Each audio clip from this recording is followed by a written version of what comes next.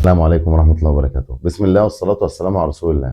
الأهلي لعب النهارده 45 دقيقة بس، خلص فيهم كل حاجة من المجهود والأداء، والاتحاد لعب الشوط الثاني ممتاز جدا بطريقة مختلفة وهدد مرمى الأهلي أكثر من مرة. الغريب النهارده إن أغلب الاختراقات كانت من ناحية اليمين، من الناحية اللي كان فيها أكرم توفيق، ودي اتكررت النهارده أكثر من مرة، وكل الهجمات أغلبها كان جاي من ناحية اليمين من ورا أكرم توفيق، الكرة كانت بتلعب ورا أكرم توفيق، مش عارف إزاي. برضو الغريب تاني النهارده ان دفاع الاهلي النهارده، يعني كل ماتش تقريبا دفاع الاهلي مع اختلاف يعني مع اختلاف الاسماء، يطلع مثلا محمود متولي ويطلع محمد عبد المنعم، ينزل محمد هاني، ينزل كريم فؤاد يلعب قلب دفاع، ينزل ياسر ابراهيم، ينزل اي حد. كان تقريبا هو الخط الوحيد اللي بيبقى ثابت دايما في الاهلي، وهو الخط الوحيد اللي ما بيتهددش كتير. لا النهارده كل حاجه كانت مباحه النهارده قدام الاتحاد، وكذا خطا جه على الاهلي، وكذا حاجه، كذا شوطه وكذا كذا انفراد. لا الموضوع النهارده كان في حاجه غريبه، حتى بعد نزول محمود متولي، على الرغم من وجود محمد عبد المنعم النهارده، حتى بعد نزول محمود متولي ما كانش برده المستوى كويس. محمود متولي كان فقد الكره اكتر من مره لما نزل، ما اعرفش، ممكن عشان لسه راجع من الاصابه، والاصابه كانت حرمه من المشاركه، بس يمكن مستواه يجي بعد كده مع الماتشات. خط نص الاهلي النهارده واحد زي كريم الديب في فريق الاتحاد، لما كان بيدوس على الكوره وبيعرف يخترق، بياخد الكوره ويعدي، ويعدي واحد ويعدي اثنين ويعدي ثلاثه، وحاجه غريبه. مش عارف المشكله فين، يعني احنا لسه في بدايه الموسم ومفيش اجهاد، يعني ده الماتش السادس للاهلي مفيش اجهاد. بالنسبه للسوليه وبالنسبه لاليو ديانج مفيش اجهاد، ما بتلعبوش الماتشات الدوليه مع منتخباتكم، مفيش اي حاجه. فين المشكله دلوقتي؟ حتى بعد نزول حمدي فتحي نفس المنوال برضو. تغييرات كولر النهارده بصراحه مش مظبوطه، او ما اعرفش فيه ايه. يعني واحد زي حسين الشحات نازل، ما اعرفش هو عايز يعمل ايه في الكوره.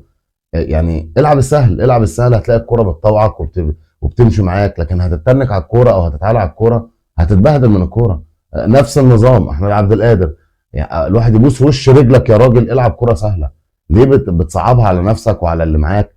داخل انفراد على الجون، من تحت الجون او تشب من فوق الجون وخلص، لكن لا، لازم يرقص ويروح ناحيه الاوت ويلف ويعدل وسطه، ويكون محمود علاء والمدافع الثاني واقف ناحيه تحت الجون، وبعدين يروح شايطها. طبيعي ان المدافع هيشيلها، لان لا انت شايطها مظبوط، جسمك مظبوط، ولا انت عارف تشوطها كويس. جت في محمود علاء، رجعت في بيرستاو، وجت في بيرستاو، ورجعت لمحمود علاء، جت في بيرستاو ودخل الجون. حاجه يعني كوميديا يعني. طب ما تلعب انت السهل من الاول، يعني ما تتعالاش على الكوره او ما تتنكش عشان الموضوع يمشي. الكوره ما بتحبش اللي بيتنك عليها ولا اللي بيتعالى عليها، ملهاش لازمه.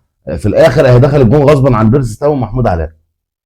نفس النظام محمد مجدي قفشه. محمد مجدي قفشه لازم يراجع نفسه هو بنفسه، ما حدش يقعد معاه ويتكلم معاه، الموضوع صعب. الموضوع ان قفشه ما عادش بيعمل الاسيستات اللي كان بيعملها كراجل بلاي ميكر للملعب كله، وكاشف الملعب والكلام من ده، وكان بيشغل الاطراف، وكان بيشغل كور في العمق، وكان بيشتغل مع محمد شريف. مش يعني عشان محمد شريف مش موجود طب ما تشغل باقي الناس. لا النهارده بقى محمد مجدي قفشه اي كوره بتتقطع منه، اي كوره يعني ممكن المهاجم او المدافع او خط النص يخش عليه ياخد منه الكوره ويعمل هجمه مرتده على الاهلي، ممكن هو اصلا وهو بيباص الكوره تتقطع. في حاجه غلط، يعني محمد مجدي قفشه في حاجه غلط، واي كوره بتتقطع منه بترجع الاهلي بهجمه خطيره جدا، يعني ممكن تبقى جون مثلا. بالنسبه لقفشه في مشكله تانية، ان هو اصلا ما بيعرفش يدافع، يعني ما بيعرفش يعمل تاكلينج على الكوره. هو اخره هو كراجل بلاي ميكر، هو قدراته كده بيستلم الكوره ويعرف يشغل الفريق. فانت ما بتعرفش تدافع، عشان كده بتنزل مثلا الشوط الثاني، ممكن تبدا الماتش لو الموضوع سهل شويه، لكن انت ما بتعرفش تدافع. والموضوع ده خسرنا الدوري السنه اللي فاتت والسنه اللي قبلها، كانت غلطه منه في ماتش بيراميدز، كذا غلطه منه بنفس النظام، انك انت مش عارف تدافع، او قدراتك ما تقدرش تدافع. طب حافظ بقى على قدراتك، انك انت تقدر تشغل الفريق، يعني اشتغل على نفسك اكتر، عشان الموضوع لو ما اشتغلتش على نفسك الموضوع بيهرب منك، وبتبقى زيك زي اي لعيب تاني وتتركن. ياسر ابراهيم النهارده كان حالف بالطلاق انه يدي الاتحاد ضربه جزاء، والضربه اللي مش هتخش هديك ضربه جزاء ثانيه. والرغم كده ان الاتحاد كان حالف 30 طلاق انه هيجيب، مش هيسجل ولا ده ضربه جزاء. يعني انت لو جبت له 30 ضربه جزاء يا ياسر ابراهيم، هو مش هيسجل ولا ضربه جزاء. محمود علاء ضيع الاولانيه والشناوي صدها، والكره الثانيه خالد الغندور صدها، وحاجه يعني اخر مرض بصراحه. فهنا بقى لازم كولر يقف مع الفريق، لان النهارده في حاجه غلط. بعيد عن المكسب، المكسب مش كل حاجه. يعني مثلا ياسر ابراهيم في الجون الثاني من وجهه نظري انا كان طالع على كتف، طالع ايدين الاثنين على كتف المدافع، ودي تتحسب فاول. ما اعرفش محمود البنا لما الفار استدعاه ورجع للفار، ما اعرفش ازاي ما حسبهاش، بص عليها وشافها، والراجل جاب له الصوره وكبرها له وقال له ده طالع ايدين الاثنين على كتاف المدافع، وبرده حسبها جون. طيب ماشي، دي يعني محمود البنا ده المفروض ان هو احسن حكم في مصر عندنا. المهم، هنا بقى كولر لازم يدخل بعد ماتش زي ده مع اللعيبه ويتفرجهم على الماتش زي ده، ويوريهم كرة زي دي. كرة زي دي لو ما اتحسبتش كده الاهلي كان جايب 1-0 اللي هي الجون الاول بتاع بيرستاو بس. وفي ضربتين جزاء جم للاتحاد، ضربتين جزاء دول لو اتسجلوا كان الماتش كله قلب ناحيه الاتحاد، والماتش كله هيرب من الاهلي، وكنت هتخش في مشكله كبيره انك انت اصلا وانت كسبان 2-0 عند الدقيقه 65 اللعيبه كانت بتاعت الاهلي كانت بتشحر، ما حدش كان قادر يجري بدنيا، اللعيبه وقعت عند الدقيقه 65. عند الدقيقه 70 كان خلاص باترز لو. فالموضوع كان يعني ما كنتش هتقدر انك انت لو الاتحاد كان ركب الماتش او الاتحاد هو اللي فرق عن الماتش كنتش تقدر ترجع. انا مش هتقدر ترجع. سيبك من جون حسين الشحات والكلام من ده، دي كلها عشان هم كده كده كانت الدقيقه 91 او الدقيقه 90، والموضوع نفسيا خلاص انا مش هعرف ارجع للماتش، انا بلعب قدام الاهلي وجايب 2-0 مش هعرف ارجع بجونين. فالموضوع كان نفسيا اتدمر يعني. فمش هتفرق الاهلي جاب 5 جاب 4 جاب 3، هو كده كده كان كسبان 2 والماتش هينتهي وان الاهلي كسبان.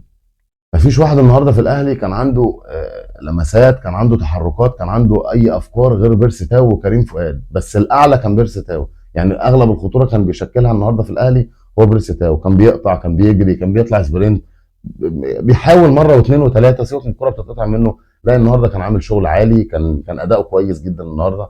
الكره الاخيره اللي هي طلع فيها انفراد دي وما اعرفش شد فرامل اليد تقريبا هو راح فجابت له خلفيه، ما المهم يعني ايه الموضوع يعني عدى. بس تخيل ان النهارده كان احسن واحد في الفريق هو بيرسي تاو وبعدين كريم فؤاد.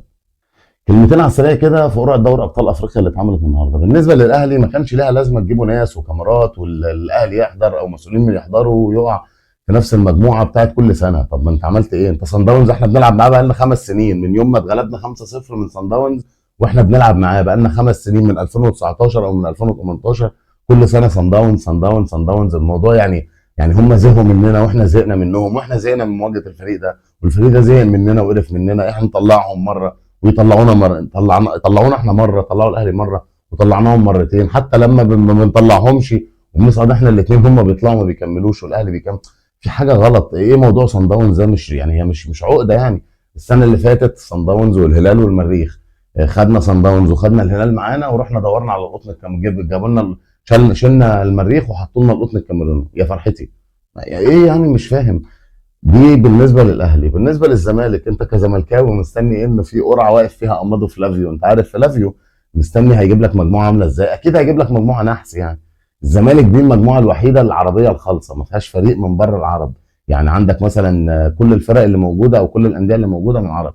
طبعا دي حاجه يعني رخمه لان الانديه العربيه بتبقى رخمه بالنسبه لنا، زي الترجي التونسي اللي معاه في المجموعه وشبيبه القبائل الجزائري، والمريخ طلع اعاره من مجموعه الاهلي بتاع السنه اللي فاتت وراح اعاره لمجموعه الزمالك. حاجه يعني اخر بوس يعني. كان ناقص بس فريق بالنسبه للزمالك، كان ناقص فريق من المغرب والبايرن ويبقى كده جبرت بالصلاه على النبي. في النهايه شاركنا برايك في التعليقات عن رايك في مجموعه الاهلي ومجموعه الزمالك في دوري ابطال افريقيا، وتوقعك مين يقدر يصعد. ولو عجبتك الحلقه اعمل لايك واشترك في القناه وخلي الكوره ليك.